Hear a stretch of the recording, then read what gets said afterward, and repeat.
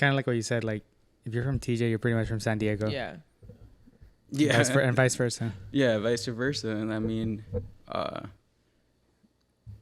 that's like, you know, the most San Diego person can be, you know. Seriously. I feel like you gotta be able to cross I don't the border, even realize that like I'm in a different country when I go to Tijuana. I feel like it's it just an feels like the extension of San neighborhood. Diego. It feels like the neighborhood. I'm like, oh, I'm in Barrio Logan Part 2. For real. Like, oh, well, yeah. But San Diego. it does feel a little different when you cross back in the States. You're like, okay, I feel I can drive at ease sometimes, you know? I don't know. I love driving in TJ. I don't know. Yeah, like, get the fuck out my way. I've been in so many dangerous situations in Tijuana. Yeah. More than I can, like, I don't even... Yeah, it's a beyond me, like, how reckless I was in my early, like, 18 through, like, 20, 21, 22.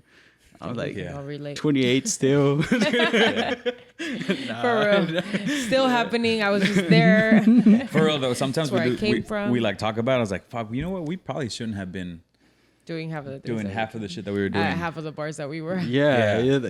Coco Bongos, 6 a.m. On a Sunday still. It's like, what? And it's just walking El around. Tongaloo, like, why? Tangaloo, yeah. Dude. I've been at the strip clubs in Thanksgiving morning. That's oh, wow. That was a long time ago.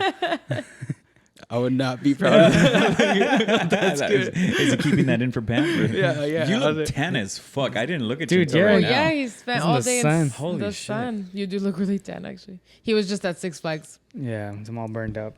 If it was Disney, you'd be a lot of shades lighter, bro. Yeah. Yeah. No, there's Six like Flags no get shade. you. Yeah, Low key is like, it's like that, you know, you can't even prep for it, dude. Like that heat gets you. Like you'll be waiting in line for 2 hours. Yeah. You lose like 5 pounds by the time you get to the front. Seriously. We were talking about that right before you got here. It's like, God damn, like, I don't know how he did it. You felt lighter? Like, oh, yeah. And so, Six Flags, like you said, it has no shade. So you're just there the whole time. Just sun, valley, beating on you. Hills. Eating in the sun, standing in line in the sun, that walking was the in the worst. sun. You just said that they ran out of ice. You think they did it on purpose? Because like, they were like, what if there's somebody that just needs to lose 5-10 pounds just to get the Just go to Six Flags. You know what? Let's have them wait in line for like 3 hours. Yeah, seriously. I guess it like in a marketing standpoint, like to sell more food. Yeah. To sell more Well, drinks. so that's funny because I always relate Six Flags to getting that unlimited drink cup because I remember that was the one theme park I would always get it at because it was so worth it because you were just getting like a drink every time you would leave a ride, you know, because you would finish it in the one ride. And it was like the one theme park that I would always drink soda at because I don't really drink soda. But it was like I'm walking and sweating so much, like it's like I didn't even drink soda. Yeah. That's the worst hydration. Like, I know. It's not even hydrating, but I was still drinking. in your young mind. No, but hey, we're Mexican. We eat that for like breakfast, lunch, and dinner. Exactly. You know what I did? Because they ran out of Powerade, so all I had was like Coke or with the other stuff. And then I remembered, in Germany they used to do Coke and lemonade. Yeah. Oh, and that was refreshing. Bomb. Yeah. So I did that. It tastes the same when you make it here. I don't remember how it tastes. I never tried it out there. I didn't try it. Bet I it's can't way say different. I remember the taste. No. Yeah. So, do you guys do this, or am I the only one? Because when I go to In-N-Out, I put the lemons in the bottom. I'll put the ice right there and just put it with Coke. I've never done that. Lemon with Coke, and then you just spritz it on top. It's like life hack. Like just. Well, give you guys a good pro tip. I know. I always do it, but I do it with the lemonade. Like test more this lemon. right now and just Yeah. Fuck the podcast. We gotta go to In-N-Out. We're just gonna vlog it out. Or just DoorDash and we just have it delivered. That'd be crazy. Do they DoorDash? I don't think you can DoorDash In-N-Out. Yeah, that should be illegal because In-N-Out you have to eat it there. Like you go I agree. past 5 minutes of your radius of In-N-Out and The it's fries cold are and fucking it's stale. It's depressing, dude. Yeah, just trying to eat. Mario actually likes to bring it home, and I let him only because there's one here on Main Street now, and we'll make it home within like those 5 minutes. And as soon as we walk in, I'm like eating my burger. I hate eating there because then I get anxiety. You guys have two. Yeah. Yeah. Well, we're in the middle of between two. Yeah. But the Main Street one is 1,000 times better. Yeah. Pero me da ansiedad cuando Really? como. Yeah. Me agento. No way. Yeah, me agento. And it's funny because like I like partying and I like being around people. But when it comes, food is sacred to me, bro. Obviously, but it's just like when I'm eating there, like I don't want to feel rushed. And I think that's the thing. It's like when I feel like I'm rushed. Like I feel like I put myself in other people's position. Yeah. And they're like in line and they're scouting to see where they're gonna sit, right? Yeah. So I put myself in their shoes because that's what I do. I'm like, okay, I gotta like scout. Like, where am I gonna eat? Where am I gonna sit? To me, it's just part of the In-N-Out experience. Yeah, Like, I was gonna say, that's like the most Gen Z thing. I think I just overthink everything. I literally overthink everything. Yeah. No, I feel you. Yeah. I mean, like I'm kind of the same way. Like I'm more like I don't like to be, even though like the stuff I do is like around a lot of people, and like technically the business of what it is. Like when I throw these events called Perreo and House, the goal is to get like as much people as you can in the room, you know. But I'm like the most like anti like social person. On every other aspect. I'm just life, like I want to go to the movies alone. Eat alone. I feel like most producers or DJs that we've met have all Yeah. said that. And I think we had that conversation with DJ Greg. And now it was like, no, it's the loneliest carear. But I love being alone. Yeah. And that's when we had the It's conversation. like the loneliest, but like always surrounded by so many people. Totally feel that. If you're in that industry, you just consume quietness. You're like, quietness cannot be more of a luxury. Like I'm at the club, you know, like, but I'm working, you know, technically. So I'm like listening to the thumbs like poof, poof, poof, poof, da, da, da. And you just like see people going having fun, you know. It's cool. I love seeing it, you know. It's cool from the outside being like, I booked like all these artists. The vibe's going great. Yeah. This show is killing, you know. The people love it. But I'm just like, all right, but after this ends, I just want nobody to talk to me. Don't tap into my phone, because the responses you get, like, I just pay attention to like the artist book. Oh, you know, just you still owe me this much. I'm like if they need something. Yeah, or hey, can I get my friends in after this time? I'm like, there's so much stuff that goes into like being an artist too. Like a lot of people don't know like the courtesy stuff of being a professional at the end too. You know, like you have to be a professional. Like. Yeah. I get texts like, hey, I gotta get my boys in after this time, and we told them like in the instructions, like, dude, the cutoff is 11. Like, don't try to like, you know, respect the rules, but we could bend them though too. Don't try to. That's the problem. Yeah. People But know it you makes can me bend look them. bad. It makes it a whole. But we could make it happen, you know. But I mean, still, but like being a professional, what I'm trying to say is like send your, you know, respect the venues, you know, time of arriving there, cutoff times, you know, try not to get too lit, you know, when you're DJing. I think most DJs could agree that it's not the smartest idea. Like, you do not want to be like, 'cause you're working. Yeah, I you're don't on feel the like clock, I know technically, very many DJs that like drink a lot while they're playing, you know?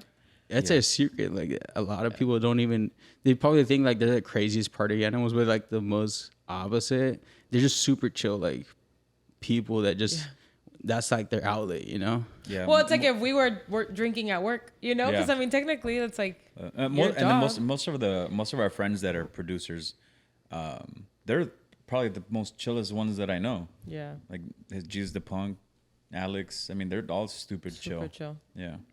Anyways, that was a really yeah, long sorry, that was a- beginning of the podcast without an intro. But anyways, guys.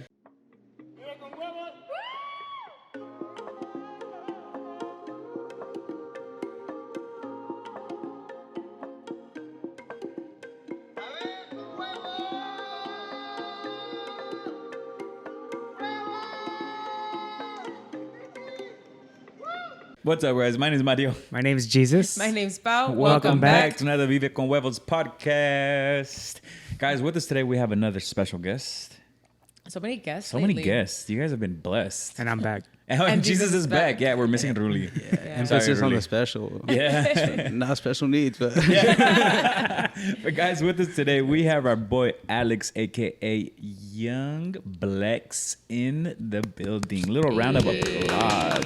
thank you. Thank you so much for being here. I appreciate you guys. Yeah, and thank you for being so understanding last week too. Secret guys, we had to reschedule this Like 10 Something times. you guys don't know. Yeah. Speaking of courtesy. I know, courtesy. seriously. Yeah. Not play my bad. that was totally my bad. Yeah, it's good. It's cool. I mean, things happen. I mean, it's just it goes with booking. I mean, you out of all people should probably know how that goes. Schedules get crazy. You miss one, it's hard to fill. Yeah. another Yeah. one in, and you're like, you know, because somebody cancels, and you're like, well, I had you initially for this idea, but like I got other people I got to get to. So now I got to change it Yeah, up. now you got to scratch it up. Quick on our feet. It's all right. We made it work. Yeah, but thank you again. I know. Honestly, thank you. I didn't realize that you were driving from freaking that far. That's not that far. Yeah. Well, To me, because not you to- weren't not here to when me, he was yeah. telling us Yeah. that he's like used to the commute. 'Cause, Oh, like, he has okay. family out here and stuff. Oh, okay. But Yeah. still, it's still pretty far. I know. No, it's far for sure, especially during like rush hour because it just makes it longer. Yeah, I'm outside, like I'm out driving with my dad the majority of the day, and if we don't finish our work day by like 1, 2, I'm pissed because I know it's about to be like an hour before I get back home. Yeah. Jesus is laughing like I work from home, bitches. Yeah, I don't know what that means anymore. Traffic? What's I'm that? above you, peasants. I actually came back from when was it? Oh, well, I went at Six Flags. Oh, yeah. And there was traffic at 11 at night Oh, wow. in LA. Oh Just yeah, trying to that's get LA, through. Yeah, bro. LA. Yeah. It's like, bro. Oh, you guys came back early. Well, I guess. Well, not it early, closes but- at 9. Do they really? Yeah. People in LA be waiting in traffic for anything. Yeah. Though. Yeah. They're like Ridiculous. 3 hours for in and out. Okay, I'm down. Yeah. Well, they're just used to it. Just They're like, spending so what? They much have time no in other traffic. choice. That's how they just like spend their whole entire day just in traffic. traffic, That's- literally. Yeah. I keep telling my girlfriend every time I'm up there, it's like, I hate LA. I hate I it. hate it too. It's like the most anticlimactic part when you actually like go out there and like trying to go out for a night. All right, we're gonna go out to this bar. You're like Takes in the Uber for like An hour. an hour. I'm gonna go back to San And Diego. then you're like, when you get there, the line's like another 2 hours. You're like, Yeah, no. whoa. And then like you get in there, it's like 5 minutes, 10 minutes. But like the fits are dope. But like at the same time, it's like, whoa. yeah. I could have been at home just like Chilling. watching anime. Not doing all of this. No hate to all our friends in LA, but honestly, San Diego's a little better. But stay in LA. Yeah, but No, we gotta throw some smoke. We gotta start throwing shots at LA. We're like, LA. no, just kidding. Keep those activities over there. yeah. I love visiting. It's I nice, don't but- think You know I'd what I ever do like visit. about LA? They have some bomb ass food. Like, I don't know what it is. I know San Diego No, has they- bomb food they have too, some spots but that are they low-key- have some crazy. No, like, they do. My TikTok algorithm is Yeah. always on LA Foodie Network. I know. Yeah. We've said too, like, let's just go up for a weekend just to eat. Yeah. because of how many like restaurants. Yeah, they no, put out there. yeah, that's right. They got a bunch of like fusion truck stops. Yeah. Venice Beach is crazy. You I know, think it's just like it's a bigger melting pot. Oh, than yeah. Because we're a melting pot, but they're just a whole They're a another lot version. bigger. Yeah. even though I love San Diego, but like I don't really appreciate the vibes in LA. Yeah. I am a Dodger fan at the end of the day. Oh, okay. Well, that's the That's, end of this. that's the only podcast. thing that. You're one of those. Thank you so much, Young Yeah. Blex, for being Bye, here. So, Thank you. Yeah. It's cute. Oh, I know. as Tati's is staring at him over there, bro. And we're wearing our Dog, SD Tati, hats. Oh, that's- for real. And you know what? It was funny because before I grabbed this hat, I looked at the Vive con Huevos hat and I was like, no, the San Diego one. That's funny. Por una Yeah. razón. And we had no idea, Yeah. guys. I'm not a Padres hater either, though. Reason being is because half my family's a Padres, fans. And I had some converters in my family too. It went from being a Dodgers fan to a Padres fan. I'm like, how could you betray me like this? I mean, we do have the There's most, only a few of the us. nicest stadium. We do have the in best US. stadium in the U.S. It is well, a dope yeah. stadium, but to me, this is how I'm gonna break it down. It's Damn. just a giant brewery. You're losing in, points. in the middle. Hey, I know, dude. I'm just messing with you. You got on My- nervous. my- Like, fuck. oh, they, I'm just gonna shut up. yeah. Yeah, it is a giant brewery. It's a giant brewery in the To middle your of San point, Diego, Yeah, you yeah, know? 100%. Yeah. But they have good food too. It's cool, The Dodger Stadium could use some remodeling. Yeah. I've been there a couple of times now. And Yeah, it looks a little. it's basic outdated, and but I mean, for me, that's what I love about baseball. Is like the whole history of it. Yeah. When you go to Dodger Stadium, you feel that authentic, like you're in it. You feel like you're immersive to the whole vibe of what's going on in the You're there game. for the you know, game, not for the Okay, brewery. someone's got to fact check me on this because I don't know if what I'm gonna say is real or not. But was there a point where Latinos could not go into Dodger Stadium? There was some sort of riot, right? that They happened. remodeled. Well, that's what the whole big art. That what happened was they bought land, and a ton of Mexican families lived there, and they built what it was. Dodger They Stadium on displaced the top families. of the homes, and So they like boycotted it basically. Well, Well, they were not fans of it, Yeah. but at the same time, Mexicans, they're like, Dodgers, let's go. Like, they're gonna get into it. Like, hey, Dodgers. they got the pista going on. They're Yeah. gonna be involved in the the There's activities. Yeah, so they were displacing families. That's what it was. I was like, I remember there being something about Dodger Stadium. Hey, let's not talk about the dark history of Dodger. Yeah, that's what it was. You know, No, I know, right? Yeah, I was actually, I heard it on another podcast. That's where I was like, oh shit, I didn't know that. No, I didn't know that either. Damn, well, they lived in some nice areas because that's a nice area where the Dodger Stadium is. That's some nice houses. Well, I mean, this was a long time ago. I don't know. Who knows how nice or I can't ghetto even it was. pinpoint where the Dodger Stadium is right now. It's Oh, right you haven't been to it? We've only last time. I've never been to the Dodger Stadium. No. Yeah, Bésame mucho. Don't go because you're gonna Oh, turn I into. have been to the Dodger Stadium. Oh, you have? I have. no Yeah. way. Yeah. Now I remember. But we didn't not to a game. Not We to just a went game, to it was to a Bésame Mucho. Bésame Mucho Fest. Oh no, it's a different vibe. Yeah. It's like going to the Petco Stadium concerts. It's Oh, like yeah. like Oh yeah, dude, it's Completely way different, different. yeah. it's like a different vibe, isn't it? Yeah. To it. It's Yeah, so no, I weird just being- was like, I couldn't pinpoint where it was, like in Oh, LA, yeah, but yeah. now I remember where it is. But now I remember. I got the geographic location. Yes. Mapped up. It's by I think it's by Hollywood Studios, if I'm not mistaken. No, somewhere around there. It's, Maybe not, it's I don't know. yeah, it's right. It's right before it. It's like Hollywood's a little bit just above it in West Hollywood. It's funny because now that I think about it, both times I went was Bésame Mucho and then the Jonas Brothers concert. yeah, I so they been didn't. were to a game concerts. It either. wasn't even. I didn't even go to a game either. Dude, Must be I think nice. I got to start with the Angels first, and then I know, I really want to go to the Angel Yeah. Stadium, actually. I've never been either. No. I've been wanting to Yeah, I've go, never been. It and looks nice. now since Otani we got him, Yeah. doesn't make any sense. True. You know. True. Yeah. Well, But anyways, we haven't even introduced. I know, Young all this Blex over random here. I know talk. it's like all this side Dude, quests over all here. these side Yeah. side missions. Yeah, but it happens on the podcast. It makes the guests feel a lot more comfortable sometimes. Yeah. Especially, is this your first podcast? I'm super uncomfortable right now. I'm so nervous. Leave me alone. He doesn't talk. Yeah, I'm gonna need a new set of underwear after this. So for the people who don't know Young Blex, I know, I mean, you have a wide array of stuff that you do in San Diego. Producer, artist, you put kind of not festivals together, but it's more venues. I mean, you also have a clothing brand too.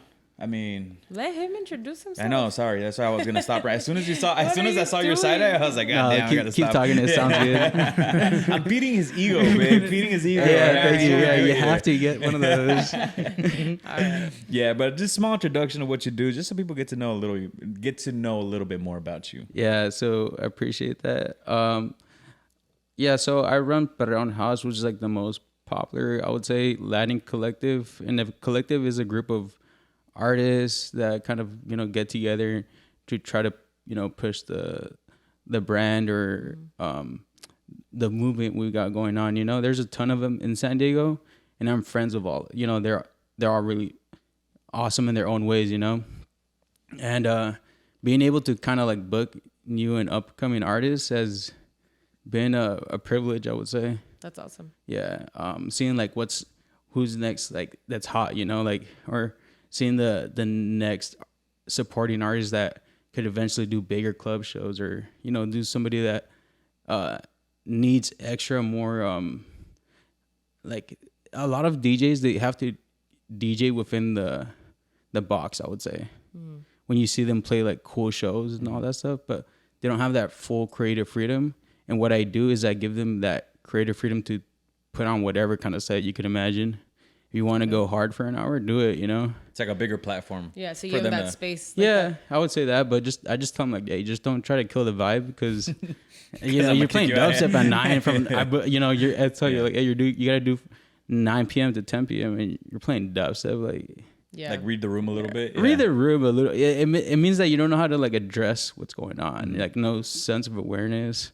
It's a big issue if you're like a DJ. Yeah. Like we're recording this on the fly, It's one of the very cool arts that people love to see. Yeah. Are engaged because they're like, what if they could say anything right now? Yeah. And seeing these kids kind of like being appreciative, like, just putting on the shows together. It's been pretty cool. I started off in Tijuana like a long time ago.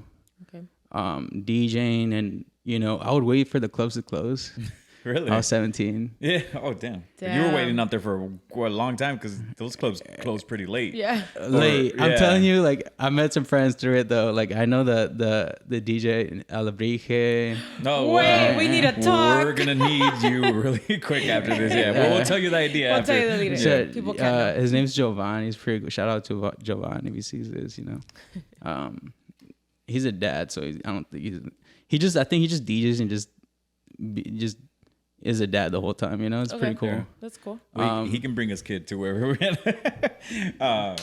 Remember the club of Onyxia? So you guys remember that too? Yeah. I would be there. Like, I remember, like, after the clubs were like, "Yo, can I spin for a little bit?" Okay. And then Would you have actual would you go up there and play for people, or were you playing? there was nobody there. It was okay. people cleaning up. Like, And they would let you? they would let me just because they're like, yeah. But at the time, it was like the only place that I knew just had that kind of like, I want to play on bigger systems. I don't know why. I was like, I want to hear like how this stuff sounds in, this bigger club system. And I was just curious because, you just get tired of like, well, I'm chilling here, like, not really doing anything. Let me just go down the street, cross the border.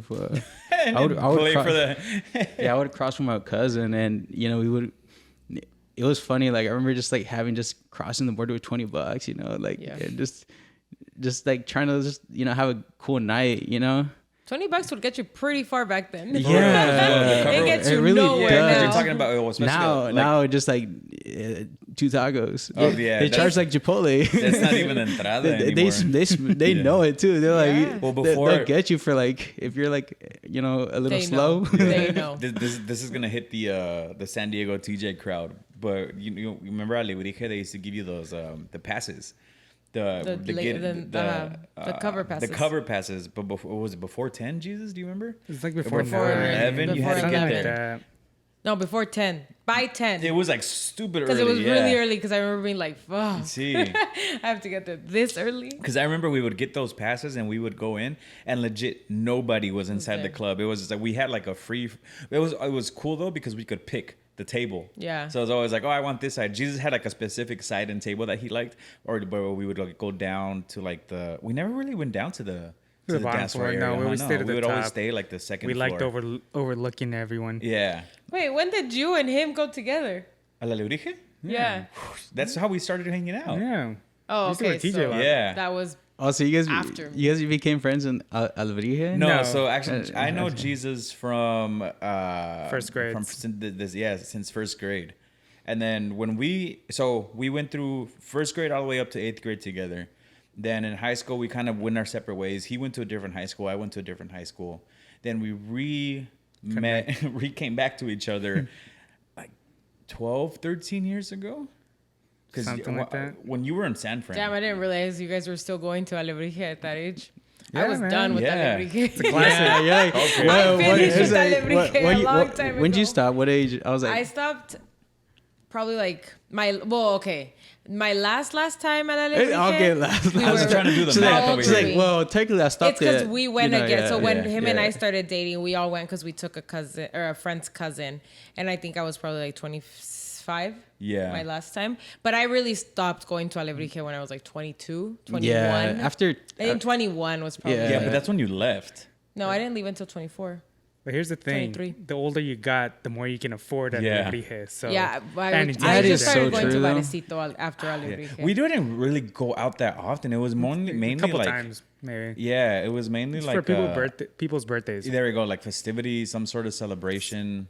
That makes sense. I mean, I had Yeah. a great time at Alebrije. Like, I felt like it never failed. And That's then, true. it's Yeah. it's the automatic sign. Like, you get there and you know you're gonna have a good night. Yeah. You Good just or bad, if you know what I mean. Like, you might come out like with a few fights here and there, but like, But it was still a good night. That's true. Even the last time we went, we took our friend's cousin. And we're like, fuck, like I guess all her friends like bailed on her. Yeah. I don't remember how it went, or they weren't old enough. I think she might have been the oldest one in the group. However it is, we ended up taking her to Alebrije. And that's the day that we were like, oh damn, this kind of sucks now. Yeah. Because it was all It was different. It was just completely different. There was no songs with lyrics. Like, you know how like when it got to like a certain point, they would put like Luis Miguel and then banda, and they would like switch it to like party, like actual sick ass Like music. sing along. Yeah, A there las wasn't. 12. Yeah, there wasn't that like switch of energy. It was just kind of like weird. Yeah. Yeah, it was weird that last time, but that's we were a lot older. And Alebri, it was just like taken over by the Americans. Yeah, it was. That fly's like in my I know. I'm sorry about bugging that. me. Yeah. Anyways. Yeah, sorry so- to cut your story off. No, That's really I cool, love though. it. Like stories. We should just be sharing our more scandalous Right? Tijuana story. Who's got the worst one? Let's see. What's the craziest thing you've done in TJ? No, I think we should move on. No, I think the listeners want to know what's the craziest thing you've done. Craziest thing. I mean, I've gone to dumb things. I've gotten lost in TJ and tried to walk to the border. I can tell a story about Jesus. You're like, that was not. No, She was like, I was giving you the I just will benefit of never the doubt that you're gonna forget tell the the truth. day that we left Alebrije and he was just fucking blasted. And at the border, we asked the lady for the little dolly. Oh yeah. And we pushed him because we walked Yeah, across and we yeah. pushed him from the end of the border all the way to the beginning. And the lady The gave us the dolly. You guys ever do any jokes with the guy that crosses the border? Like he checks your ID? With the Border No. Patrol? Yeah, I- my brother does that every single time. He crosses, he gets IDs checked. He goes, "You declaring anything?" He goes, "My dignity." Or like, I could see how some of them would take it Or well, like- but I was yeah. always so concentrated on. I was like, Nah. my mission is to get home. Yeah. It's 3 a.m. It's like I'm trying to get home and take a shower. yeah, my brother would be like, "I'm here for a good time, not a long time." Yeah, to like to the borders, like, Would you do the regular line or do you have Sentry? I don't have Sentry. Oh, okay. My whole family does. You're I've the been only blacking one. out Oh, the whole- yeah. You didn't get Yeah, I'm it, that you guy. didn't I'm get like, it. oh no. So that's my Don't thing. take You're it. the guy I don't go to Yeah, TJ Yeah, with. yeah, exactly. So that's my thing. I Yeah. do. Hey, I'm not trying to anything- go though. Lately, I'm just been like, Yeah. Oh, I've been yeah. evident Low-key. of like, Yeah. TJ just kind of like, I'm good off right now. Yeah. But I do think that's really cool that like in reality you just wanted to work on the equipment, right? So that you could hear like how the Yeah, music so sounded. I wanted to like experience it, kind of like I just wanted to take a shot in the dark. I want to like Yeah. I remember just going to my first show at 18. But I knew that wasn't like the first time. I liked the production of like the whole EDM side of things, and I really got to appreciate it more when I went to like Escape in 2014. But before that, I was always into kind of like electronic music, Daft Punk, Calvin Harris. Calvin Harris, like the reason I started making the music. Okay.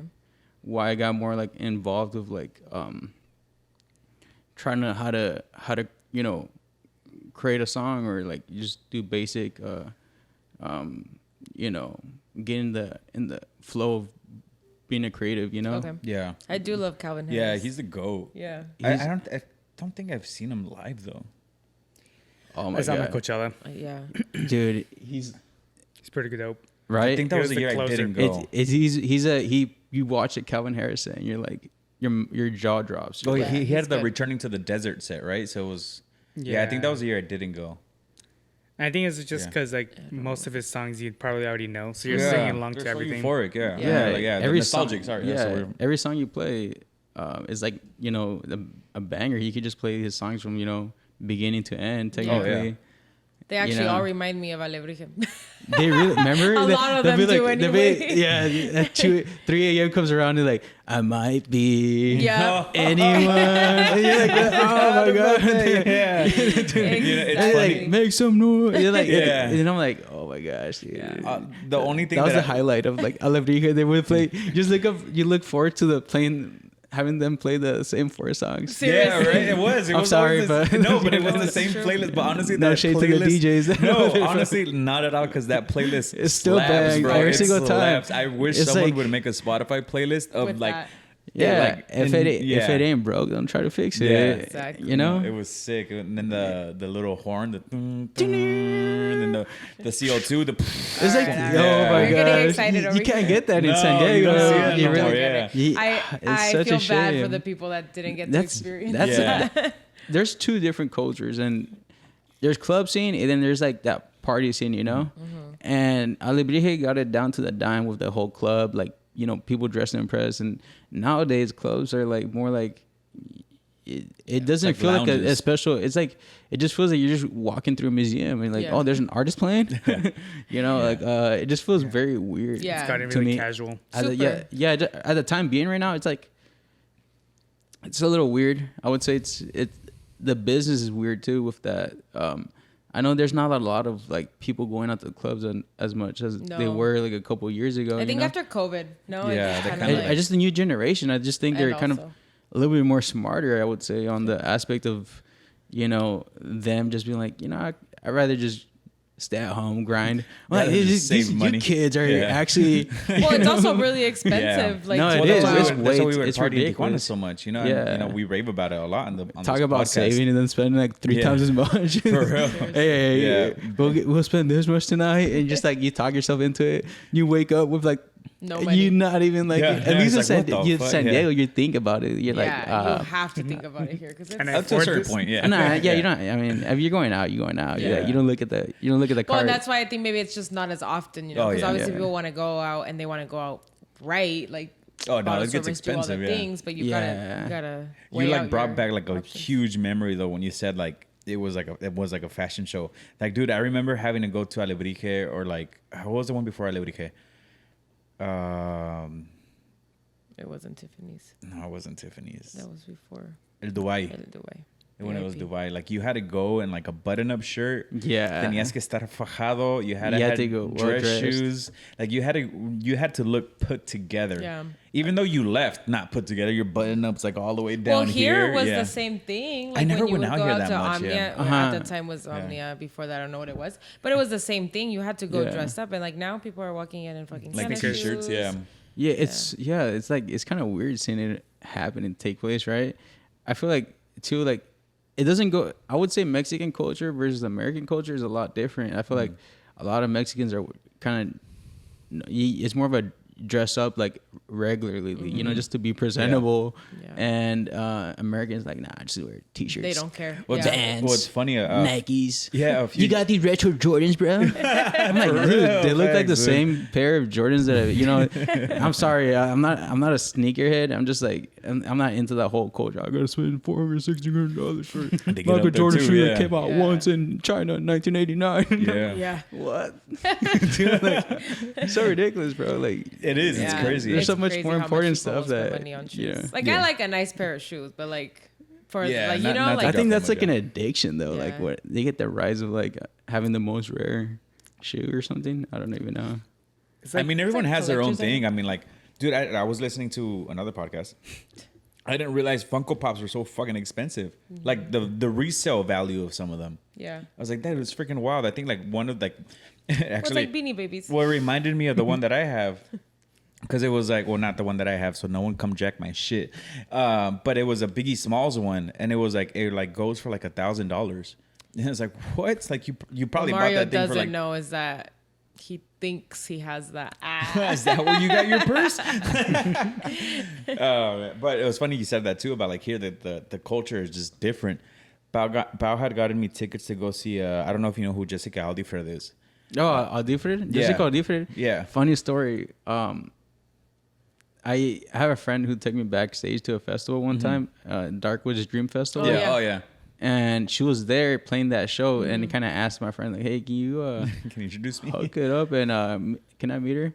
But like at that time, before, so right now as DJ as Yung Blex, right? But I used to DJ under a different alias with my friend Josue. It was called Amigos, and we would DJ. That's where we started off in Tijuana, and came over to San Diego, did like a few shows in LA. It was a cool little run, but like now it's a lot more different because now I know how to do things more professionally, I would say. But going back to that Jessica Aldifer story, I was going up to meet her, and at the time she goes, "Oh, I know who you are," and I'm like, that's the first time I heard like what, like another artist knows who I am. Like that's sick. That's cool. It felt like a surreal, like whoa, you know, like making waves out here.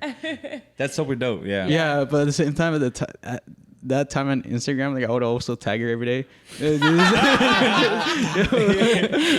why she knew. You know what? You should admit that part of the story. I love you. She can't wait. You know, like I was being an idiot on Instagram, and she did know me just for like being like, oh, dude, this was funny. It's this guy. No, it's just really cool though. Yeah. I remember we had the same shirt too.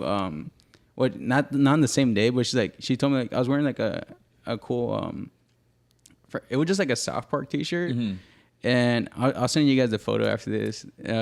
And she goes, oh, like I have the same t-shirt. I'm like, this is kind of a weird, you know, you hear from a girl. It's like, meant to be. Yeah, but dude, she kills it. Like, Yeah. I like to see like who's doing stuff out of the box, you know. I like to check what artists like. There's a lot of artists like, hey, book me for this show. I'm gonna kill it. I'm gonna bring heads. It's like, it's not about bringing the people. It's also has to do a lot of your brand, who you are as a person, what you're trying to tell as a story. Because if I just book DJs just to like, oh yeah, you bring in the people, but that's not creating anything towards the culture of what I'm trying to do.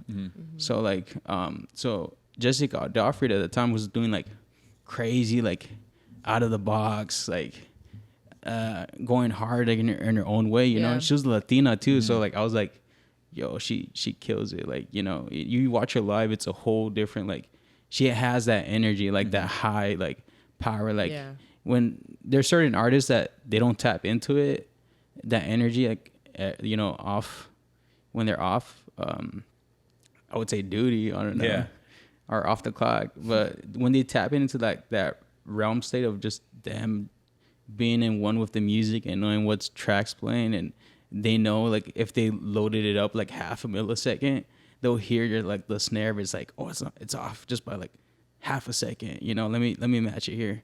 Those are like the true professionals of like, it's such a like degree of artist, like how you have to kind of grow up to. But the coolest thing about being a DJ is that, from what I've seen, is that the longer you do it, the better you get. Yeah, it's like you don't get worse. It's like you get unless you just stay stagnant and you just don't look to push that creativity. You know, that's the only way you stay like in the same. You're not growing out of it.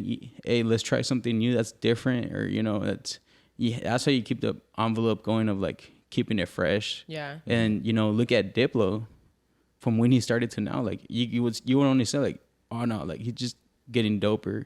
Calvin Harris, he's aging like wine. Yeah. You know, like all these artists are they just get DJs, the only artists that they're not like rappers. Rappers phase out, you know, because during that time period, we know how to like move with the times, evolve with the music. Yeah. We're like, oh, we're getting a new software for this plugin.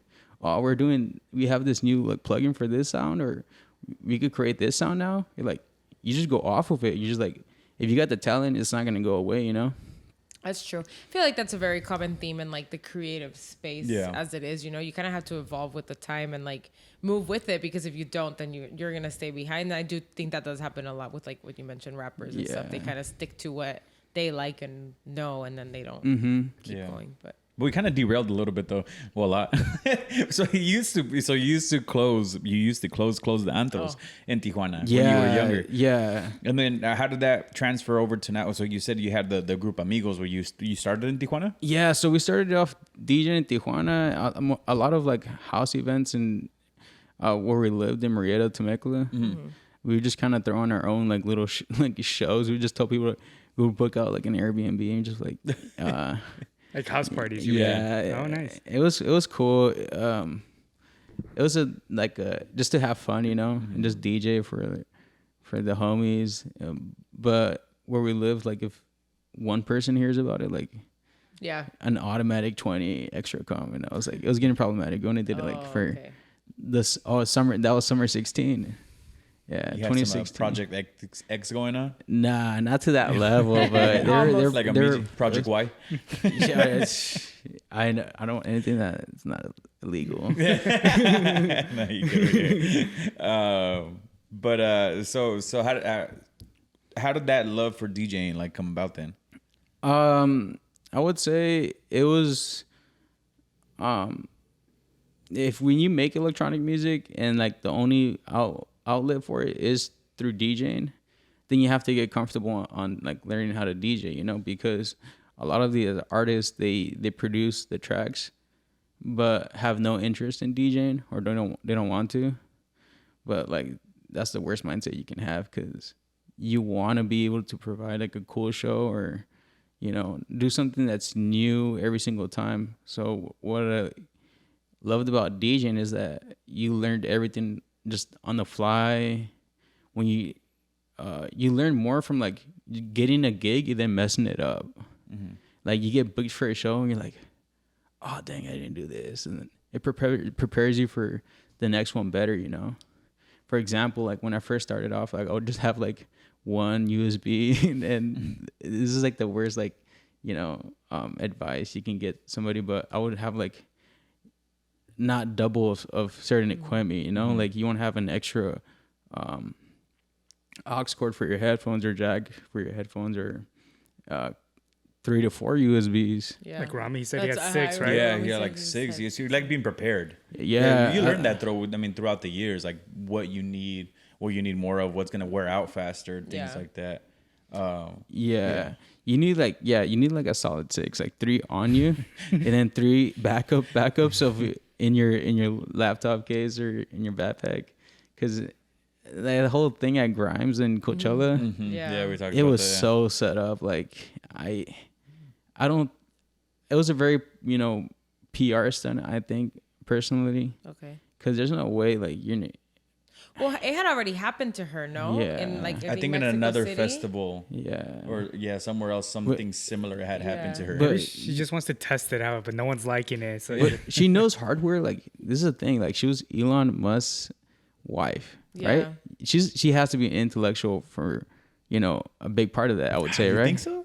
And then, dude, the music that she makes, like, it's very basic layering, but it's so, like, well put together. And she knows the hardware, like, she knows the actual hardware pretty good, you know, and she talks about it, like, pretty frequently. So to see an artist, like, not be familiar with the hardware and, like, not know what to do, it just seemed very, like, odd to me. I was like, there's no way that happened. Like she's doing this for something else, and or maybe. You know, it could be like a good, like like all this. Have you seen? I don't like, know. Bad publicity is better than no publicity. Well, exactly. It got everybody talking about her, you know. Yeah. Well, I was gonna reference freaking JoJo Siwa right now. Oh my gosh. And I heard. I tried to stay away from any negative comments, but this one does really push your buttons a little bit. Karma and like chugging the bottle on stage, like. Yeah. But honestly, I mean, I know nothing about JoJo Siwa, but I hop on TikTok and like 70% of the videos sometimes that I scope past is like her on stage chugging the bottle, her freaking, well, I don't know how dance thing, choreography, but it's working, you know, somehow. I mean, people are always talking about her. Yeah, somewhere is always talking about her, so I guess it works for her. Low publicity. key, those dances, like, I sometimes think like, does she think about the dance 10 seconds before she does this, or like or just choreograph like the night before? She might. There's one where she's like grabbing her head right now, and it's like, is it choreographed, practiced, and then going like, this is a good idea? Yeah, I have no idea what's going on there. Because somebody on her team has to talk to her about it. They have to get that correct, because. But it's getting traction, like Mario said. It's working. Yeah. It's working. Yeah. You can't hate on it. We're gonna have to start dancing on this podcast. Just start spazzing. Start freaking. Start breaking. All right, guys. The next 30 minutes. I don't know about that. But if it works, you know, local go podcast. Hey, I could bust out the worm. Just all right, let's go. I never. You know, I was so jealous. It's so funny. There's this kid in 8th grade that he wanted some other kid's chain. And he was like, all right, I'll give it to you, but you have to do the worm from, we're in the gym, funny enough, from one point of the gym to the other. Damn, gyms are pretty long normally. Yeah. And he's like, all right, bet. And then he did it. And I remember watching him, and I could never do the worm. And I always tried to, and it never worked out. I just kind of just laid there. And I remember watching them the whole time, and I was like, "Damn, that's a sick ass move, dude. I wish I could do that." Your stomach would just like stop you from like. No, I wasn't even fat back then, bro. I was skinny. I was limber, bro. Like, it doesn't make any sense because I was like, the words got to be super easy though. Like you could have messed out. Like I just couldn't. Hard to mess out with them, no. For real. And I was pretty athletic, I'd like to say, so I have no idea. I just was never able to get the movement down. You're like Shannon Tatum. I had that body. Yeah, honestly, yeah, dude. I mean, then I let myself go because I was like, I can't be this funny and just sexy. You gotta be an adult, you know. Just don't try to be one of those. I mean, I worked out at 6 a.m. before or 5 a.m. and to be like that, dude. Like I'm gonna be like David Goggins. Run 5 miles. Yeah. I'm up at 5 a.m. eating steak dinner, eating protein, eating carnivore diet. You know, I am up at 5 a.m. but on my way to work. Yeah, you know, and just like, dude, I got business to handle, dude. Yeah. Like, yeah, we don't all have a stock cryptocurrency scheme that you got going on, but yeah, some of us work at 7 in the morning on the other side of San Diego. So I managed to get up 5 in the morning, workout for a year and a half. some of us have to be on the other side of San Diego at 7 in the morning. Only time not I wake downstairs. Sounds like an excuse. Only time I'm waking up at 5 is because I'm going to Disney. That's it. Yeah, pretty much. Well, no, work too, Right. but wrapping Hey, it back in. Keep derailing per always. hey, derailing is the best. I think we just go on a tangent, Yeah. like an infinity loop tangent. We're like infamous for that. Oh, Though. yeah, So we try to like super. come back to No, the, I think that's what makes the podcast kind of fun to listen to, because if you try to be like, yo, I'm gonna bring it back in, or I'm gonna pull this out, and not because now we're pulling out and putting it back in. Yeah. Well, I like to give the listeners like a perspective of you, you know. Like I always like to say, it was like your character online is a certain something that you project, right? Like you only post your happy moments and what you want people to see, but like in reality, Not really. I like to post depressing stuff. Yeah, I mean, well, that's what you want people to see. in the corner crying. Yeah. But I mean, there's more to your life than just that, you know. No, I mean, yeah, you know, like I how get did you get to where you are? And that's some of the things that we really like to highlight on the podcast is like people see you on Instagram in this example, and they're like they see the end product of your music or Perreo and House or your clothing brand. But there was a lot that went into that, you know, like a lot of back end work, a lot of trial and error, a lot of times where you're like, fuck this, I don't want to do this anymore. But you just kept on going, you know? Yeah, there's a lot of, when I first started, but I don't know, I did not like it because of the amount of like, I was like, you have to be responsible for like putting like a well put together show for these artists too, and like do it kind of successfully for the venue too. It's an actual pretty big venue. You're responsible for like having a successful night, and promising that show for the people too. So like if people come to one, they could come to another one and expect the same vibe, Yeah. And then that's what happens. We're known for bringing we have like a little motto. It's like vibe protectors and curators. Okay. So we're working on merch on that to have it at the. That's cool. Yeah, I like that is pretty dope. Yeah. Mm-hmm. Yeah. How did Perreo and House come to exist? So I initially just wanted to do like a little small hometown show in Murrieta, and it would just be me, my friend, and like a few other people, and my friend's like a dad, so you can't really like. I wanted to do something where his kid could kind of like, come and, enjoy the music too.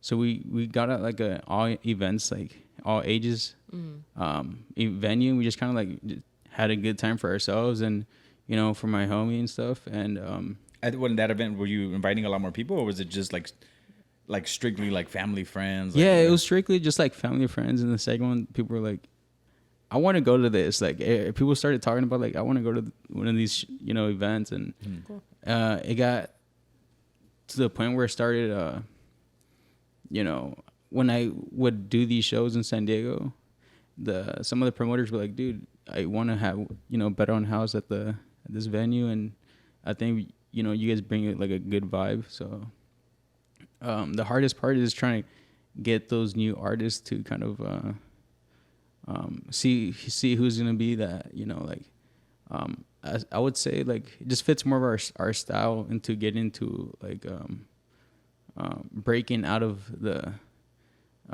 norm and trying to do something bigger, you know. I book on like their mindset of like how they see DJing and how they love music, you know. A lot of them just try to get in for it for the wrong reasons, and I could sense it from like a mile away. You know, you could tell like some people just want to do it for, you know, a social presence, or I mean, I'm more like anti, like I don't like to be seen or like talked about. This is like I think this podcast is like the reason why I wanted to do it on this one. It's because it just brings more of that San Diego feel to it. Yeah. If I'm gonna do a podcast, like I'm not gonna do it, you know. Well, I have friends in LA that, you know, I could have just Easily tapped into, yeah. Yeah, but it's like it's not really like what I'm trying to create more of a story, you know, like yeah. If I'm not trying to do too many things at the same time, so getting more in tune with like getting things properly out there, like producing a song that takes time, you know. Putting time into your craft takes like a lot of time, because I don't know when I'm going to do another podcast, to be honest. Yeah. I'm more going to be like on focus. I'm like, oh, okay, I already did the podcast. You guys can go back and rewatch that, you know? So you're going to have to highlight it in your profile. Yeah. Yeah. We'll send the People the- can- on so your, you know, people on can your click link on it tree. whenever. Yeah. So Yeah. right now, are you focusing more on Perreo and House, or are you focusing more on producing more music? all of it. All of it just put. Yeah, I'm a lot of people who are kind of close to me see it, that the amount of time I put into like, but it all works out though. Like I could be watching a TV show and then like writing a song at the same time. Mm-hmm. So like I'll be watching anime and then just be like, I'll be thinking of like a melody and I'll just put it out. I'll write it down real quick, and then I'll close it out like after like, because my ideas come in within like 30 minutes.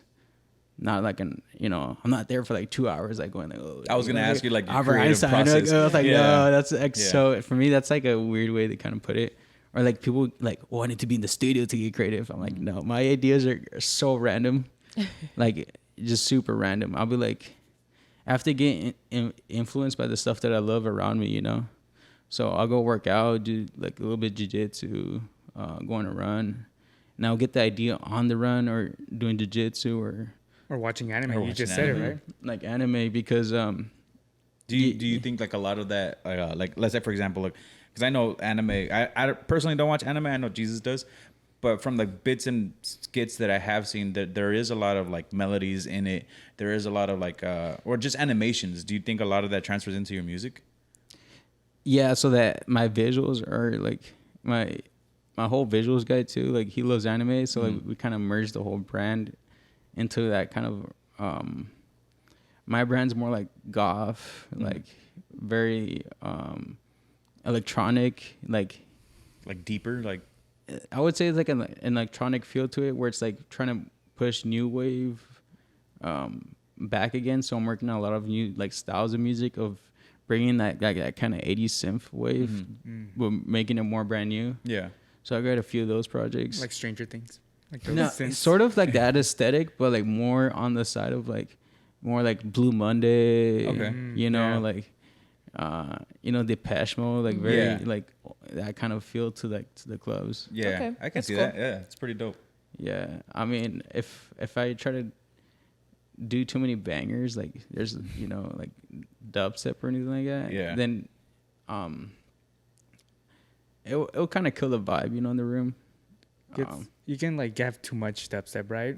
I feel like whenever we go to Coachella and there's like a dubstep DJ, they mix it in. They mix in a like They do a Yeah. pretty they put well some job dubstep, of- but then they yeah. put in other stuff to kind of Yeah. like relax, and then they'll probably end it with dubstep Yeah. again. No, yeah, dubstep DJs just go, they're like metal guys, Like, that like, the, metal like the band. metalhead Metal versions Metalheads of of EDM, dude, they go crazy. Like you see somebody like DJ dubstep, and you're like, dude, that guy is cracked off 6 monsters right now.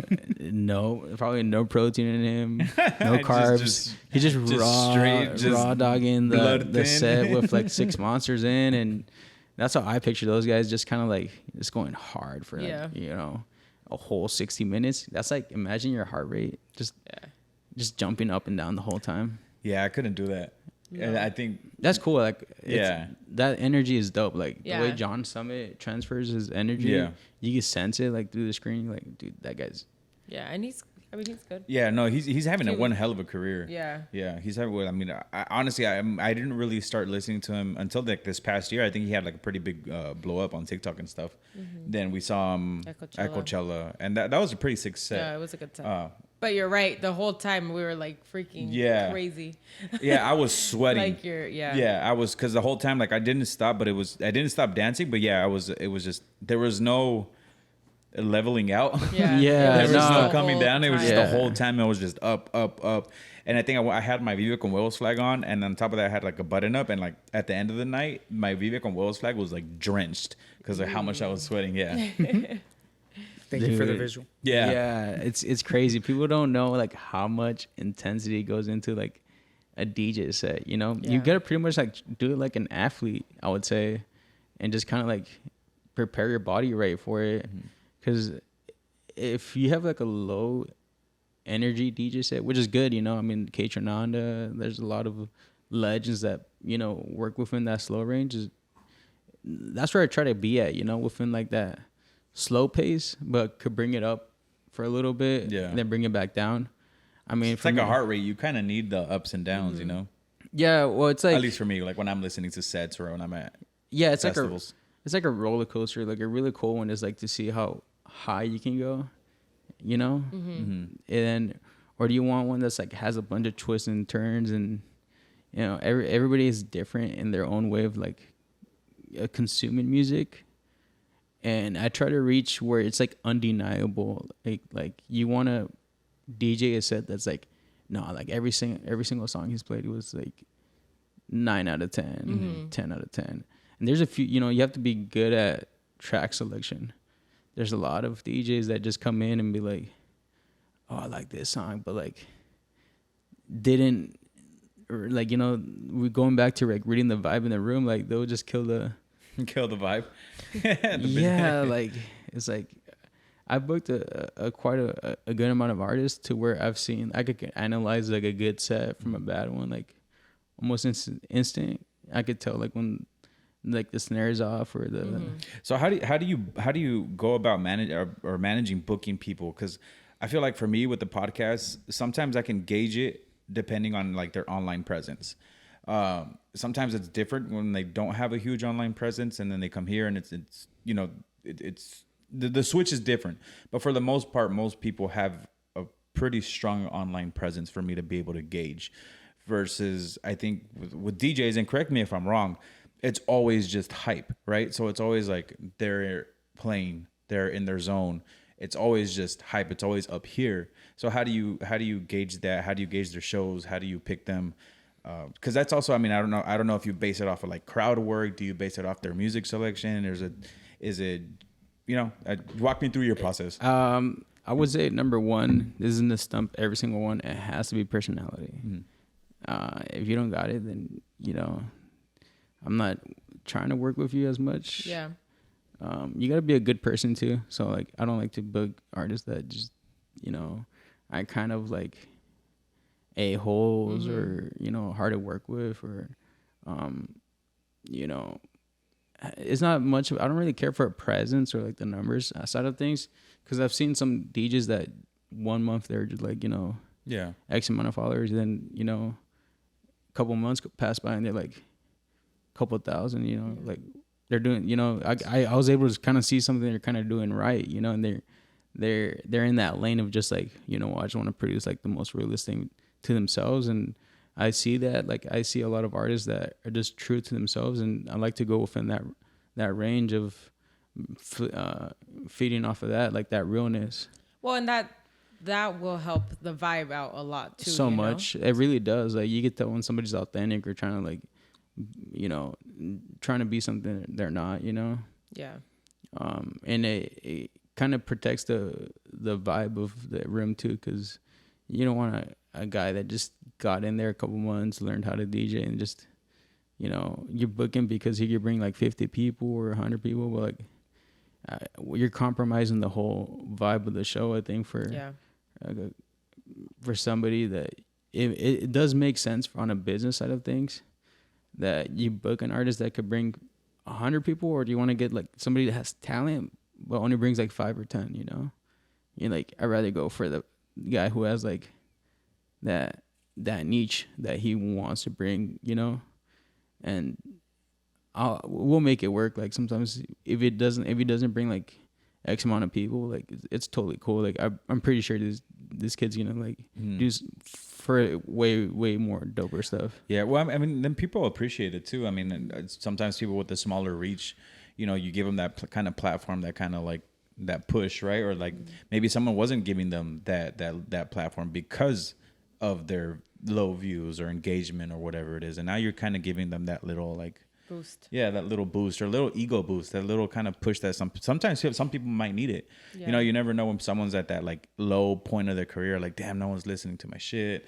Like I'm posting a whole bunch of bangers, you know, and then like, no one's giving me an opportunity. Yeah, I mean, to intervene on that, I think for me as an artist, I don't know, I can't speak for everybody. For me personally, I never feel satisfied after I finish a project. Like I never feel like there's times where like, no, this is dope, but at the same time, I'm always looking for that what's new. Like, what I'll finish a song, I'm like, okay, that's dope, and like a couple minutes pass by, I'm like, what's next? Like, I need to do like what's next. Like that's definitely a common thing. Yeah, it's just like I'm like I don't really care for the views. I'm just gonna, you know, post this, and if it does well, it does well, and if not, then it's cool, you know. Yeah. Or you're doing it for the love of what you like, you know. Yeah, we're just trying to get as much, you know, it is all artificial emotions. You know, technically, music, that's what it is. You know, it's all an artificial process, and like it's like being a chef too. Like some of them just try to chase creating the newer dish, and that's where I try to see myself, just trying to work within a lane that hasn't been worked in yet. So every DJ is going to be different from their own neighbor. You know, everybody has somebody different to offer. Like there's so many different styles of DJing too. Like a lot of people just think, okay, this dude's a DJ, and then put some like Mexican families will put him like, oh, he's a DJ, then like think like quinceañera DJ, you know? Yeah. Or like that kind of style. And then there's radio DJs, you know, they're hot in their own way. They got like very skilled down like maneuvers. And there's producer DJs where, you know, they make the music, they know how to sound design, and they edit some of their songs, and, you know, they produce, you know, some dope tracks, and they also know how to DJ. And then there's artists where like I like to put myself in that realm where it's like, no, this is done before. Let me not do this. Everybody's producing house. Let me think outside the box and try to create something that's not been done yet, you know? And I put more myself on that realm. Even though like I did have to learn how to like scratch and the basic fundamentals on the respect minority of like having to know those skill sets to be considered like a DJ. I think you can't just like hop into an industry and not try to respect what happened like before, you know, because it's so easy, like especially nowadays, like they just buy like that easy small mixer, and just throw them, I'm a DJ, like, okay, but do you know how to do this beat match? Do you know how to mix and key? Do you know how to phrase mix? Do you know how to scratch? Do you know how to like do when this goes wrong, you know? I would say like you're pretty proficient as a DJ when you know how to control the mess in the cockpit, you know? Let's say like if there's a club going on, right, you know, and there's something going on wrong with the mixer. Recently, Hardwell, he was at a festival, and he just went on to the festival. He did a big rant. He's like, fuck this festival. You guys have the most fucked up equipment. My bad that I'm cursing, you know? No, it's cool. But like, they're like, yeah, you guys have the most fucked up equipment. You guys ruined the whole night. They haven't even paid me to be here. I'm like, dude, like, if I was like, I think you gotta kind of think outside the box. Like, dude, try to protect the vibe. Like these people came out to see you, and, you know, try to protect the like try to let not the crowd see that kind of problem, you know, because problems do happen and like, you know, on stage. So the best way to kind of keep the vibe going is just to know what's going when something goes wrong, like how to fix that issue. When there's your songs playing, but like you only got one CDJ to work with, like how to fix that. So there's another realm of learning that too. And a lot of the newer DJs, like they stress out when they're like, oh, my thing's out of like it's all messed up on the BPM range, or they can't work on the fly. Basically, you have to go through so many. I think that's what makes you better as you go along is that I'm waiting for my next mess up so I can learn from that one. Yeah. That's how I view it. Like I look at hey, I did this wrong this time, but you have to be able to recognize that as well too, because if you don't know what's going wrong, then how are you gonna do it right? You know, even for me, like I look at timing, I look at behavior conduct, I looked at like things that also implement how to do a successful night, you know? Like, am I being too laid back on being arriving on time? Mm-hmm. Am I organizing my music correctly? Like, am I putting things in order? Am I be the best organized artist that can be for something like that too? And the biggest issue is like you have to learn that the hard way, you know. Yeah, that's the worst. It's like when you show up to like a gig and you know have that extra cable you need. That's the most stressful thing ever. It's like anything. Yeah, it's like anything with us too. But even then it happens though. It just happens every once in a while, you know. Yeah. The last time this happened to me was I was at Park nightclub. Shout out to Night Axes, Drew Downey, those guys. You know, Matt. So those guys they're the guys that book me for when I do play Park, you know. Oh, nice, so, yeah. Well, one time my headphone, like the cable, it was like broke. Like I guess I broke it on the way there, you know. Got like snatched on something? No, like it was a jack for the headphone jack. Yeah. It just, I don't know, for some reason it just broke and it was coming off too easily. Yeah. And I was like, dang, like I got my headphones on me. Like I gotta have it. For me, I need to have them on me. Yeah. Cause like I could DJ without headphones, but like there's so much technical things that have to go into place. Like I would have to be playing a house song that's like a good BPM range, but the way I mix like very like intricate tracks that are kind of like difficult to mix in with, even though they're in the same BPM, they're kind of hard to kind of like do without headphones. And my friend Saber just goes like, dude, you could just use mine, like, you know. So it's kind of cool, like having a cool support like system in San Diego. Like San Diego DJs, locals are like the surfer. It's like I would say compared like a surfer kind of vibe to it, you know. It's like everybody just kind of helps each other out. We're all pretty dope, you know, and just want to help like grow, like, you know, your friend, or you go to support their shows, you know. And I think that's like the whole point of like I like being an artist for it. Is like it's pretty cool seeing like the progress of what somebody else is doing, so you could kind of like, you know, see, okay, maybe I'm lacking in this department, or you know, like pushing the game up together, you know. And it's cool, like the way it is in San Diego versus like LA. LA is a very competitive, like I would say like you have to be on your A game for sure. Yeah. In LA. Yeah. When it comes down to like music wise, I would say so. But here is like, it's like the testing grounds. I feel like we're just doing a bunch of cool new like stuff and just having fun for it, you know. Do you see a lot of artists coming down from LA, or do you, or yeah. I have a few artists that come from LA, like Nita. We just had Hedge. I got AI. AI is gonna bring her whole like little squad. So nice. That's gonna be Comic-Con weekend. Oh, cool. Oh, nice. So pretty soon. Yeah. Comic-Con on July 28th. It's on a Saturday. Okay. And yeah, I stumbled upon them. I'm like, dude, this chick is dope. Like she's, it's gonna be like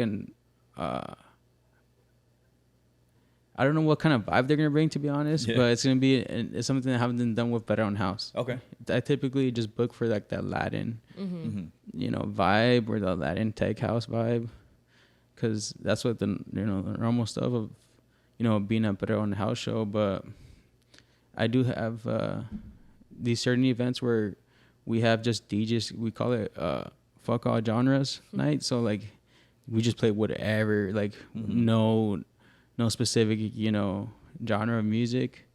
And this Comic-Con one is gonna be kind of cool to see how a different influx of artists gonna be in the same room for like different kinds of sound. And yeah, it'll be kind of interesting to see for sure. Yeah, that's cool.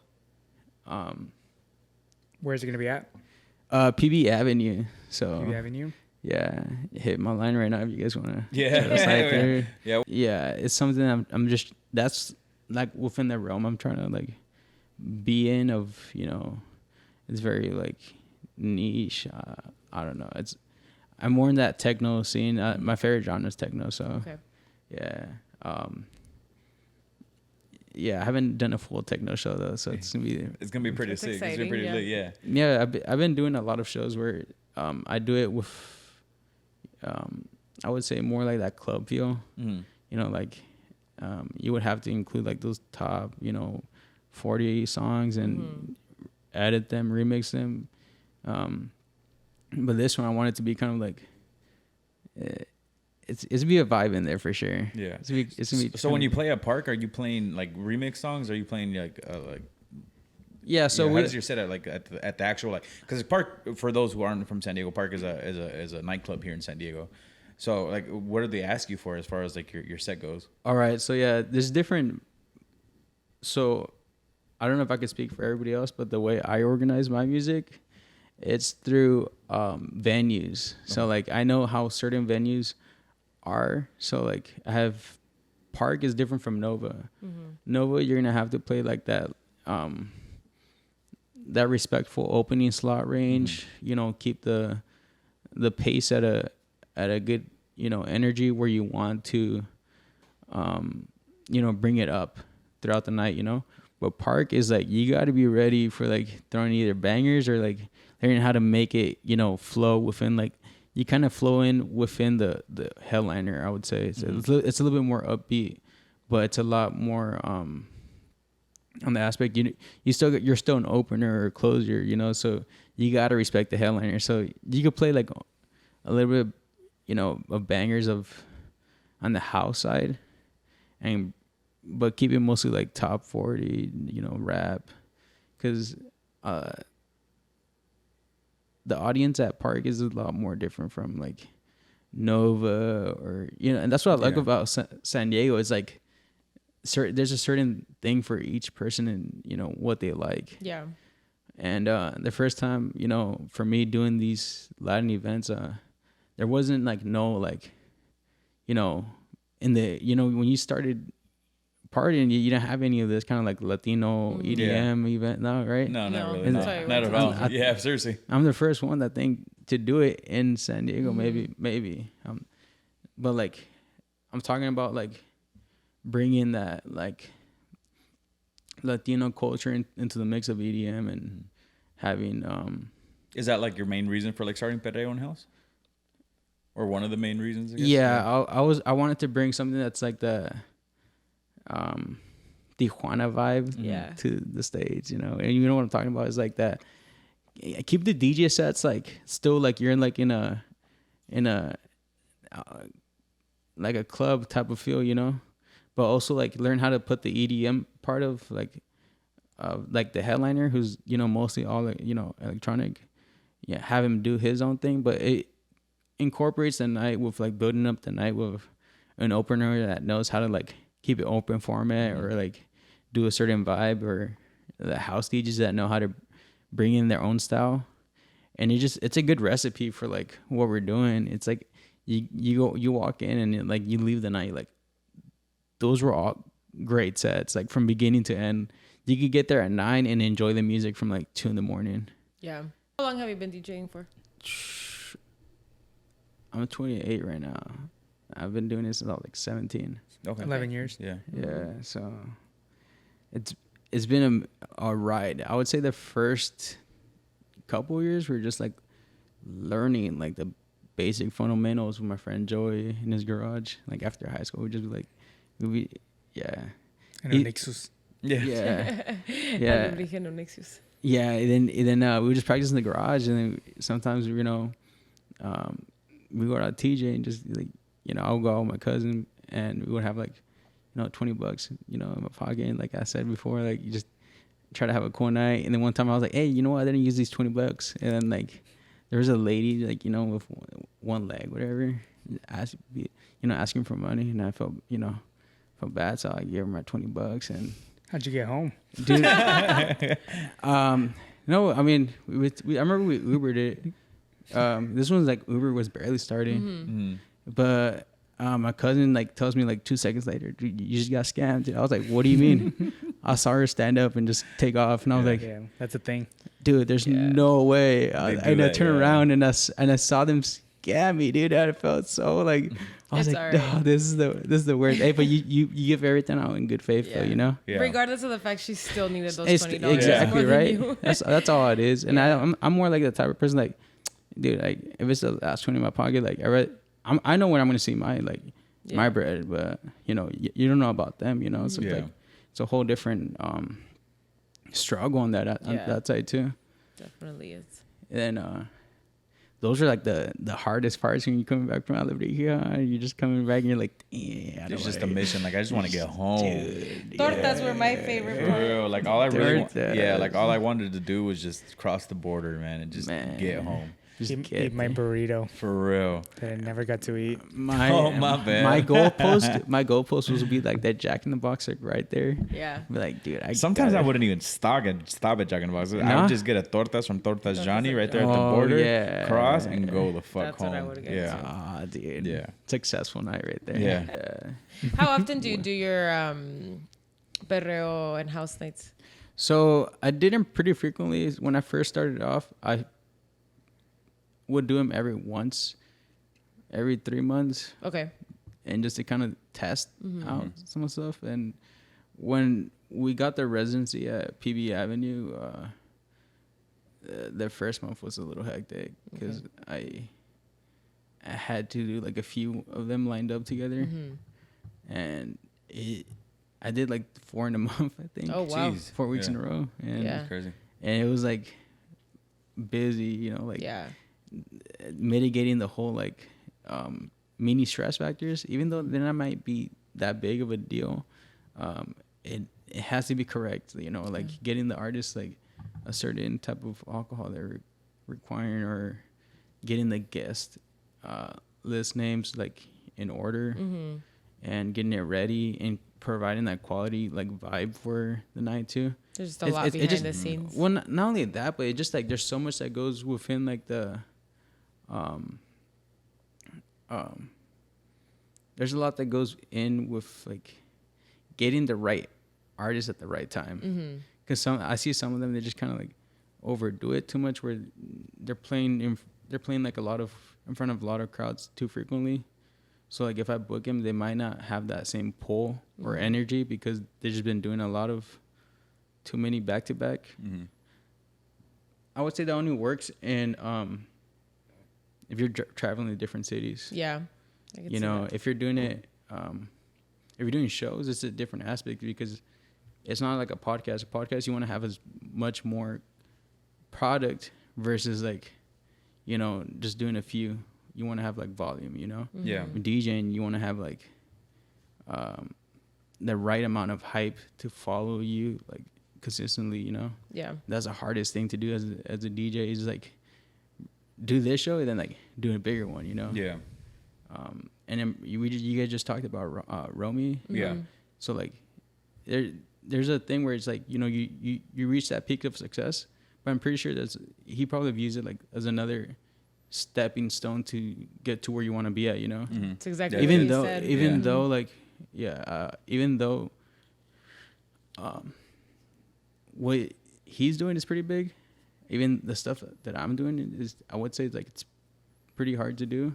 Like you're in the industry, you're responsible for it. I mean, I think the industry in general is just hard, you know? Yeah, it is. It's cutthroat. It's really hard to kind of like have a certain thing going, you know?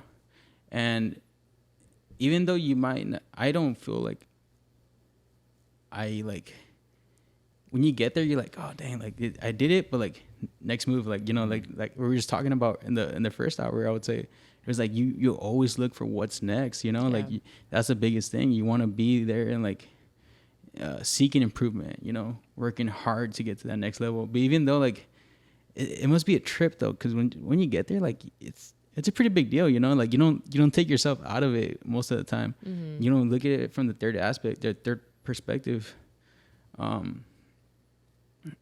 When I do go meet with my little cousins though, they notice it though. They're like, oh dude, like it's so sick. Like they'll probably be like on you know, when this podcast comes, like, oh dude, you came on a podcast, like, but we don't see it like we look at it like we're just creating content, having fun, doing, you know, pushing the shows, you know, like upping up the guests, upping up this, like, you know, your guys' goal is probably to get like, okay, we got this guest, this bringing me to this guest, you know, or looking it to surpass a different level, you know. But that's how we see it. But like a lot of people, they don't, who, you know, just consume content, they just look at it as like entertainment. You know? Well, I feel like the outside lens is always, it's so different, right? It's super different. Yeah, it's like very different, you know. Well, the way like I view, for this example, podcast before we started it, with the way I viewed it before is a lot different the way I view it now. Now, yeah. Even the way I listen to podcasts. Yeah. Yeah, it's just way different. Yeah, it changes the perspective. Yeah, most definitely. It's such a good skill set. Like it's a different like skill set that not a lot of people like learn how to master. You know, like I feel like just learning how to like go upon a conversation is like a skill set. With what you guys are doing is so different from like I'm more like of an I would say like an introvert kind of like. This would be kind of rare for me to do like appearances. Like to talk. I don't like to talk. Yeah. Like this is the first time people are gonna be like hearing me talk. I would say, like, I like to even be at the venues and just be like play like Batman or something. Just in that corner, just in your zone. Yeah. Whenever they need you, you're just gonna see a light. Yeah. Exactly. Hey, dude, I love doing that. It's like 5 minutes before I go on, and that's it. You know, I walk in, walk out. Well, a big part of it is because I don't like to drink too at the I don't drink at the events. So if you're gonna be around, like if you're gonna be like, imagine spending a couple hours inside, you're like, you're not drinking, like left and right. Like, so you're not drinking? You sure about that? You want a Corona? Like I'm like, nah, I'm good. Yeah, that's tough for sure, dude. No, but every successful DJ, like they do minimal drinking, like bare minimal, like when they're on stage. I would say some of them probably do take shots or whatever. But like, they know their limits. Dude, it's stressful to be up there. Like, and like, if you don't have that full engagement of like you being in control of like the whole, you know, what's going on inside the club, then you might be a little selfish because you gotta care for the audience. You gotta care of like doing something that's, you know, for the people. You know. You're there. You're giving them a good night. They're not, you know. Yeah. You gotta make sure. Like, how many times have you been to the club because you just got brokenhearted or you've been this? You know, you just want to have a good night. You don't have like little issues. Like, I mean, how I view it is like you don't want to have that issue where it's like you're going out and you're like the last thing you want to like have it on a night where you're going out is like shitty music. Yeah. So well, it's like you kind of look at it as an outlet, no? Like you know, even from the time you're going out, like on an Uber, you're like, I need to have this song, you know. And when you get to the venue, you're like, dude, this place is pretty rocking. Like that's how like the momentum gets going, you know. Yeah. You go to a bar that goes like, and now you're like, whole like time and a place. And you're like, what's going on here? Like we're in a dive bar now, and like, they're playing depressing music. It just takes you out of the whole vibe, like what was going to go on, you know. That's funny. Yeah, most definitely. But bro, it's honestly, it's been a pleasure. I hope people got to know a little bit more about you. In this podcast, we do need to start wrapping things up because we've been at it for like. Been at it for a while. For quite a while, actually. Time flies. This time went by so quick. It does. Once you're on the mic, I just feel like I didn't know the whole time like limit of it, and I didn't want to rush anything that I was like, I gotta answer this or that, you Oh, know? yeah. I just kind of let a lot of the things flow. Maybe, you know, talk about other things at a different time. We'll run it back in the studio. Yeah. Yeah. We'll just have it like a behind the. You could do it at the studio. Behind the scenes. Would you guys be down to do that? Like a part 2 studios? Yeah, we can definitely run that. Yeah. That'd be fun, right? Yeah. Next to like a piano. Just there. Well, she plays the piano, so. No, I used She- to play the yeah. piano. I don't know how to play the piano anymore. Hey, a lot of I people was that used to little. play the piano are pretty good at I've playing always it. wanted to start taking the lessons again. Well, I've like recently these last couple of years I've been like wanting to start taking lessons again. I just haven't gotten around to it. But Yeah. yeah. One thing too, like a lot of people don't know, is like a lot of Mormons are musically inclined, like natural. Like we read like the hymns books on Sundays, and you know you have to kind of go with the whole With the melody and the flow. yeah. didn't know that. Interesting. Yeah, I didn't know that either. Yeah, they kind of grow up like playing. Some of them, you know, either singing or you know traditional instruments, which is kind of interesting. You know, That is. a lot of people do. Yeah, Yeah, I would have never even figured, to be honest. Yeah. yeah. It's just a weird. Yeah, it's kind of funny how different religions have their. Yeah. Yeah, most definitely. But yeah, let's definitely run it in the studio just to test run how it sounds in the studio too. That's true, because here it's a lot different. We have a lot of open space here. We'll make that happen. Yeah. we'll make it happen. Definitely. We just got to Exciting figure out a day. stuff. Maybe in August. I don't know. Yeah, we'll figure it out. And then Perreo con Huevos, let's go. Dude, Yeah, it's gonna we be lit. just actually announced something that's I don't know if they flake it, that's on them, right? Hey, I'm a man But of he's my only I'm a man of my recorded. word, all right? Yeah. I make things happen. We'll If talk we- off if we- camera. If we say it, that's why for me, like I didn't want to announce like, oh, I'm gonna be on the Vivo con Huevos podcast, because I wanted to like as soon as we press stop recording, then I'll start working on it, because I Yeah. don't like to like announce things before they happen. Yeah, Yeah. we're the same way. Yeah. I don't want to be like, oh, I'm gonna be, you know, then it falls through. I Yeah. don't know. Yeah. No, we're the same way. I also believe in like bad juju and vibes and all Yeah. that, you know, and people Yeah. just there's bad energy out Yeah, there. there so. is. But yeah. you guys' vibes are like immaculate. It's pretty chill. Like I feel like I'm talking to like some long locks cousins. I appreciate They it. probably Yeah. are, but that is the vibe we try to go Yeah. for sometimes. Yeah, because it's nerve wracking sometimes for some people. I So, like I said, Yeah. I was nervous right now. yeah. But since I've been DJing for so long, this is how I act when I'm nervous. You know, I could be like super chill. Yeah. It's like you wouldn't even notice. Yeah. Yeah. To that poker face. Yeah, seriously. Yeah, but no, we try to take the welcoming you into our home to the next level, you Yeah. know, and like. Well, very this was my seriously. first podcast. This is my first podcast, and I'm not used to being like I'm not a speaker. Like Yeah. I'm not here to and then like, now you're on the spot too. Yeah. I'm on the spot right Yeah. now too. And then on top of that, like I just don't like to talk. Yeah. No, I mean, I But, think like, I think I- it was I great. think you did a But good job, yeah. yeah, so it was like one of those things where it was like people wanted to like kind of get some information, Mm-hmm. but I think there's a lot more things for me to be, you know, told still. Yeah. So it was a cool experience to kind of like have this be the platform for that. Yeah. I don't want it to have it be like some sort of like podcast where like we're sitting on some like llama beans or something. Like I don't know, dude. Like it's just one of the, like a podcast where you just like Jocko Willink get like on a table or something. More serious. Yeah. a lot like more all serious, yeah. and it's the dude's bald or something, asking you, "What do you think about President Trump right now?" Oh, No, no, no, yeah. not bringing that Well, into no this comment, because I conversation. don't bring any political. Yeah. You gotta stay protective of that. Yeah. My biggest pro tip: don't tell them what your favorite sports team is at. Yeah. Which I messed that You up. did that. I You did that in messed the up. first few minutes of this podcast. Yeah, even though, hey, go Padres. I'll say that. We appreciate that. We appreciate the wait, love, yeah. it's cool. It's like hyping up your little brother. It's like you don't want to. I'm totally playing. We're glad to see you play, but you still suck. I know, dude.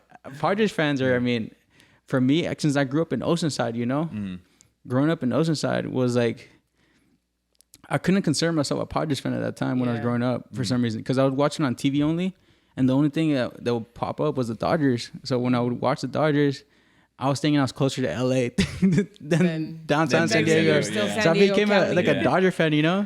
And the biggest thing is just like going to being like just a man is like, I can't switch up teams right now.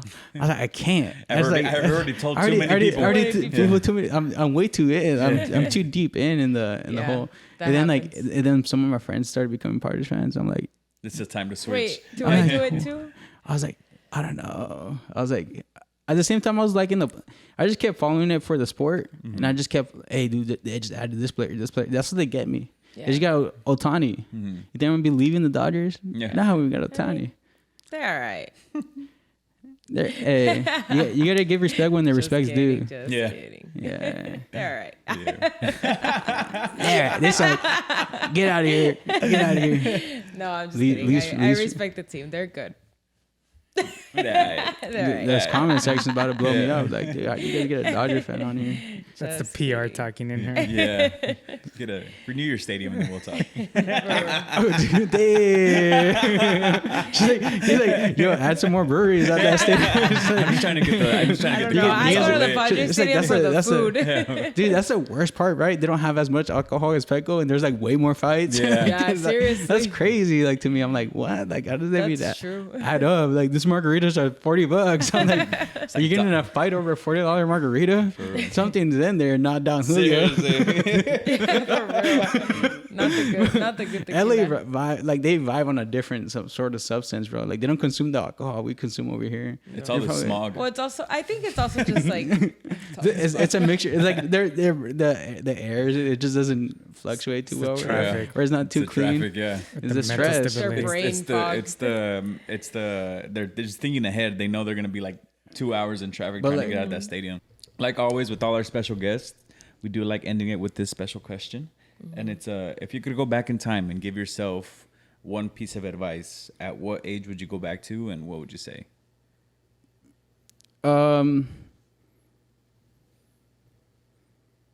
Maybe like 5 years old and just be like, yo, anything you do, just try harder. Like just do everything to the best of your abilities to 100%. At 5? And just at 5, because that's when you start remembering stuff, right? it's true. That's when your memory starts kicking in and you're like, my first memory was when I saw myself told me in to a work vision. harder. Can you imagine that? Like, I saw myself in a vision at 5 years old, telling told me myself to to go fucking hard, hard. to go hard, and you're gonna be a DJ, so don't try too hard in school, but But try hard enough. just do enough to get here. And in 22 years, you're gonna have an event called Perreo con Huevos. It's gonna be sick as fuck. That should be the commercial for Yeah. it. Like how we promote it. Just go back in time. And tell yourself that you're gonna have this event in 20 something years. Yeah, it is. I don't know if a 5-year-old would understand that, but yeah. Just be like, no, you just think it's like a normal moment going on. Like, oh, what's this guy What telling me is to go try harder and like for this, you know? Stranger danger. Yeah, you get arrested going back into. I mean, that's a good. I mean, if you put it into perspective, that's a pretty good way of thinking about it. It's like that's your earliest memories. Yeah. You Yeah, know? that's It that's really why is. that's what I really thought about it. It Yeah. was like your earliest memory, like maybe seems some sort of vision. That'd be crazy, Yeah. right? And I mean, I think that's good too, because I feel like as a kid, that's the one thing that you try to cheat is like doing better, you know, or like putting your all. Yeah, towards as something. kids, naturally just try to find the quickest, fastest Yeah. route. And I mean, if I had a kid, I would just you gotta learn the hard way and the long way. Yeah. You know, that's how you build character. Just you get a good sense of judgment, like not to judge others. You know, have a good level-headed mindset. You know, where when you persevere through the tougher things in life, the outcome and the light at the end of the tunnel is pretty much well worth, the length of what you endured. Yeah. And, just endure to the end. That's all I can say. Yeah. This is very true. Yeah. And with that, Yeah, so follow me on Yung Blex, YUNGBLEX. Then it should have the Perreo and House stuff on my bio. Mm-hmm. But I appreciate every single one of you guys for, letting me just be on here and just kind of have a, I would say, fluid moment, fluid conversation. Just talk about, the things that go on and how we perceive it, couldn't have asked for a better crew around here right now. I appreciate that.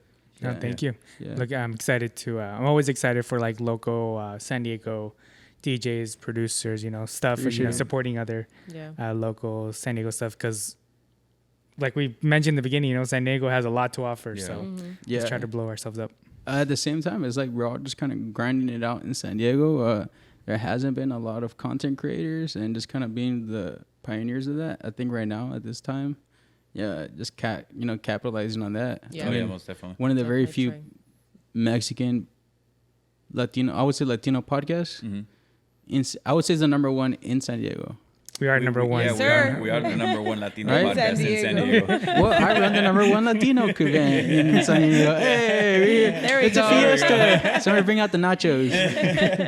Carne asada nachos, actually. No, but I appreciate the love, Blex, honestly, and right back at you, bro. Like 100%. I love. Everybody. Hey, this was awesome. Just being out here, and this, like I said, this is my first podcast, so I'm glad it was like not as horrendous as I thought it was. No, it's actually Nah, a little you do- fun. You kind yeah. of forget that the mic is there, you know? I really Just kinda did. Like most of the have time, the I would be conversation. sidetracking. We're like, I thought we were having like a side quest side- on top. side We should have conversation. a side podcast on top of the podcast. Just We're with like, all the side the B cuts, conversations. like, Yeah. and that one actually gets more views because we're like, Probably. Honestly, yeah, the ones that we had put the least effort in are the ones that have the most views. Yeah. It's crazy. Yeah. There it is. But guys, como siempre, live your best life, fight your fears. At the end of the day, the only thing that you regret are the things that you didn't do. So vive con huevos, guys, and we out of here. We love you. Peace. Bye. Deuces. Never thanks.